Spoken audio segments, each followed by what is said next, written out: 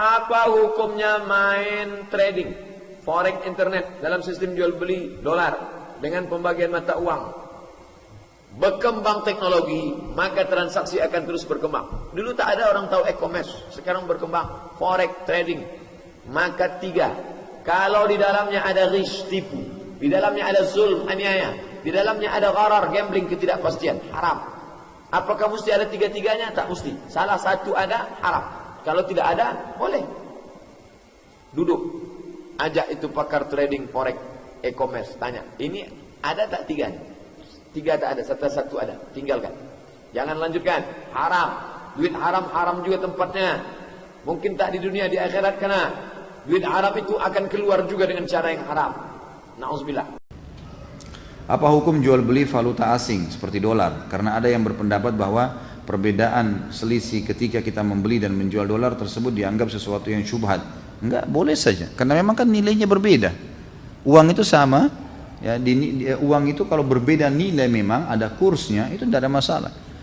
Tidak ada masalah, karena itu nilai sama dengan gandum ditukar sama, misalnya ada beras ketan sama beras biasa. Gitu kan? Dua-dua sama jenisnya beras, tapi harganya memang beda. Karena memang ini lebih mahal, mungkin lebih susah. Seperti itulah. Jadi kalau kita gandum misalnya harganya 20.000 per kilo, beras biasa 10.000, untuk ditukar supaya tidak riba harus 2 kilo beras biasa diganti dengan sekilo beras ketan misalnya. Karena nilainya harus sama dengan kurs uang di sini. Boleh tolong jelaskan apakah hukum menjalankan perniagaan urus niaga forex melalui internet? Anak sebut begini ya. Anak ini dengar betul-betul. Forex ni sama dengan forex yang ada nah, mata wang, pertukaran mata wang dekat luar tu. Perniagaan forex ni kalau dalam internet dia masukkan dalam, dia masuk memang ada duit. Duit itu margin dipanggil. Margin dia tu ada, duit tu ada. Maka diharuskan dalam Islam perniagaan tersebut. Jangan ada unsur judi, jangan ada unsur riba, jangan ada unsur gamble. Gamble maknanya kita dalam keadaan yang jangan ada unsur judi. Judi ni maksudnya kita agak-agak yang ni kena jual. Kalau kita boleh jual sekarang, untung kita. Dia tak ada technical analysis. Dia tak baca pasaran dunia macam mana. Maka dalam keadaan demikian, dia masuk dalam keadaan begini, haram hukum dia. Sekali lagi anda sebut ya, asal hukum adalah harus. Asal hukum niaga ni harus. Tapi kalau sekiranya ada unsur-unsur judi, ada unsur riba, ada unsur yang disebut dengan suap. Faham ke tak faham? Buat faham ni dulu ni. Nak sebut ada unsur yang demikian yang menyebabkan jatuh haram, maka haramlah dia. Tapi kalau tak ada unsur ni, kita boleh cuci. Ada setengah-setengah platform ni, dia sebut platform dia ni, dia kata dia boleh clearkan suap. Ada unsur kamu kena masuk tactical kamu kena ada. Maka di waktu ini dibenarkan dan diharuskan dalam Islam. Diharuskan dalam Islam. Asal dia dipanggil demikian. Tapi kalau sekiranya ada unsur judi, ada unsur riba, haram terus. Itu kena faham betul-betul lah. Dia macam niaga ya. Kita beli kedai. Kita beli kedai ni. Kalau sekiranya kedai ni sendirinya, kita nak buka kedai makan, halal lah beli kedai tersebut. Nak buka kedai makan, nak niaga dan sebagainya. Tapi kalau kita beli kedai, nak buka kedai judi, haram lah. Begitulah kaedah dia. Asal dia harus. Tetapi dia akan berubah menjadi haram bila? Apabila ada benda unsur-unsur sebegini. Para hadirin kan tahu, semua bank-bank ni terlibat dengan forex. Semua bank-bank. Bank-bank yang ada, Bank Islam terlibat dengan forex, Maybank terlibat dengan forex, Hong Leong Bank terlibat dengan forex, apa lagi? CIMB, semua terlibat dengan forex. Kalau forex itu haram, semua haram. Masuk duit dalam bank itu pun haram. Faham tak? Konsep dia mudah je. Jadi ada forex yang haram dan ada forex yang harus, kalau boleh selamat daripada unsur-unsur demikian. Wallahu a'lam. Tak faham lagi, bawa ayam golek 2 ekor. Senang je. Nak suruh jelas lah pada kita. Kadang-kadang pening pada tanya soalan-soalan demikian. Ustaz-ustaz pun jangan cepat sangat lah. Jangan cepat sangat. Haram. Senang je haram. Padahal benda yang ada asas, benda yang jelas. Al-aslu alal asya' al-ibahah. Asal di atas segala sesuatu ni harus hukum dia. Berbeza dengan mazhab Hanafi. Mazhab Hanafi asal sesuatu itu haram selagi mana tidak ada dalil yang menunjukkan harus.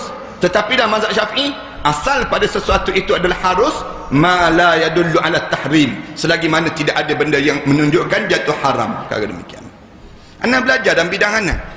Anda belajar dalam bidang syariah, belajar dalam bidang ekonomi. Ini bidang mana yang anda belajar? Jadi oleh yang demikian anda kata, kalaulah haram forex itu haram semua, bank-bank haram. Yang lebih haram apa dia? Saham. Siapa yang terlibat dengan saham lebih haram. Kenapa haram saham? Kerana saham ni dia jatuh je, jatuh dia rugi terus.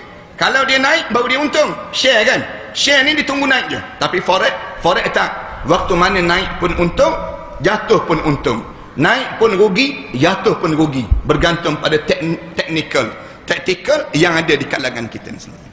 Antum kena faham pada diri kita ni. Ada pun fatwa tu ikut fatwa lah, dia nak sebut apa. Fatwa di Perak kata harus, macam ASB di Selangor haram. Fatwa kebangsaan harus. Dia jadi demikian. Forex di Perak harus, kebangsaan kata haram. Tapi yang herannya, di peringkat kebangsaan, di bank-bank tak haram, yang personal haram. Kenapa pula? Nak sebutnya gambaran ada benda yang nak dijaga. Kenapa nak dijaga? Kenapa dia nak jaga? Kalau orang terlibat dengan forex semua, nanti orang terlibat dengan forex, orang tak simpan duit dalam bank, tak kena. Sedangkan bank tu mengauk keuntungan berganda-ganda. Para hadis kami jumpa ke? Ni cerita macam kita pernah jumpakan syarikat perumahan Maybank, syarikat perumahan CIMB, ladang Maybank, ladang CIMB, ladang Bank Islam. Tak ada. Dia meniaga apa yang dia boleh untung? Bank tu dia meniaga apa dia boleh untung? Dia meniaga duit. Dia meniaga duit. Dengan dia meniaga duit tu, dia untung berganda-ganda, dia untung. Dia ada satu bahagian khusus untuk nak cerita tentang yang satu bahagian khusus untuk meniagakan mata wang ini sendiri. Para hadirin sekalian simpan duit, dia pun letakkan dalam margin. Margin tu dia gunakan masa saja untuk menggerakkan mata wang kita ni sendiri. Jadi waktu mana naik dia jual, waktu mana turun dia jual juga, dia untung. Dua-dua dia untung. Yang dia bagi persen pada kita, dia umum setahun sekali, dia umum dapat berapa?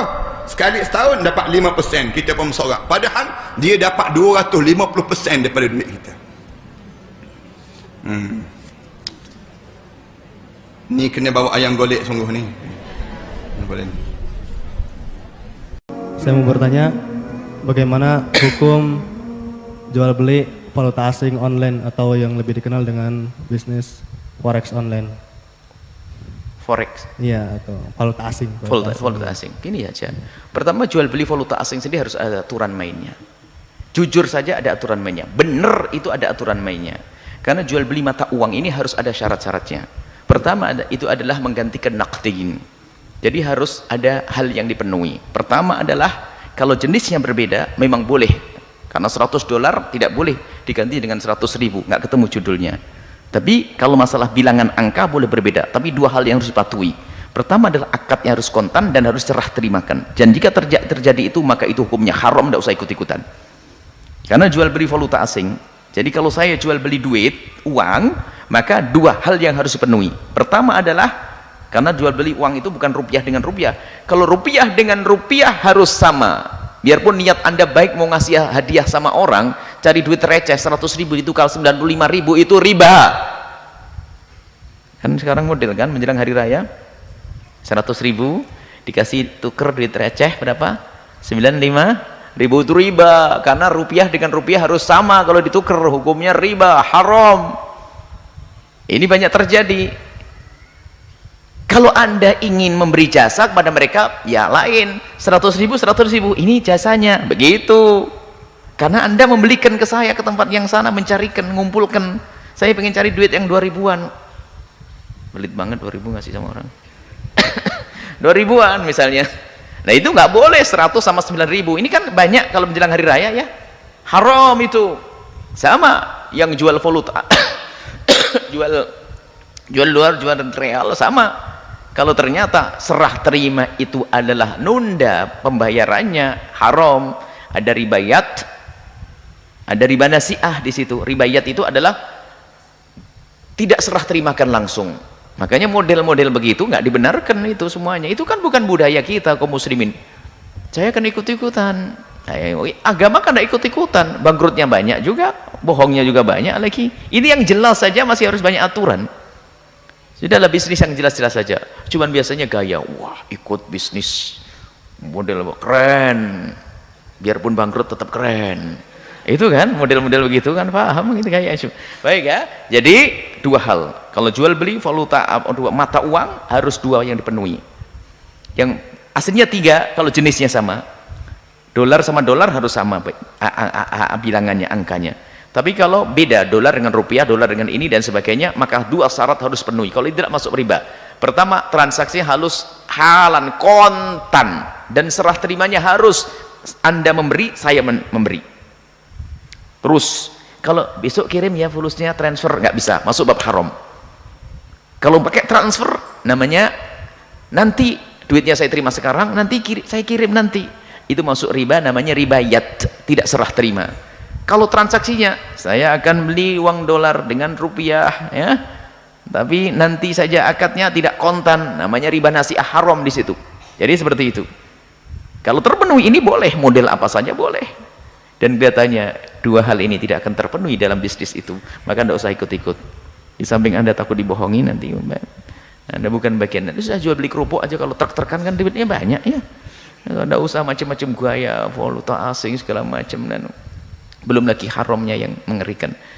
Memang sekarang ada orang membuat kebohongan tuh dengan cara macam-macam. Belum lagi nanti apalagi sekarang bursa dan segala macam bursa efek apa macam-macam itu, lihat. Itu perlu ditinjau dari segi hukum. Jadi begini loh kaidahnya. Betul bertanya semacam ini. Jangan Anda masuk pada sebuah usaha bisnis kecuali Anda sudah tahu hukumnya. Sebab apa? Yang punya program bisnis itu adalah yang punya program yang macam-macam ini adalah tidak semua orang beriman dan Islam, karena dunia ini global, sudah di era global ini. Mungkin produk bukan produk kita, tapi produk di luar Islam. Apa yang terjadi kalau kita ikut-ikutan saja? Anda tidak punya kepribadian dong. Hanya ada begini ngikut, ada begini ngikut, haram ngikut, masuk neraka nyebur bareng, ya enggak dong. Umat Islam punya pendirian. Ini saja, semoga Allah menjaga kita semua. Jadi begini, kalau kita berbicara tentang hukum dalam Islam, pertama adalah ada perintahnya itu wajib, kan? Ada larangannya itu haram, kan? Ini kan kaidah umum.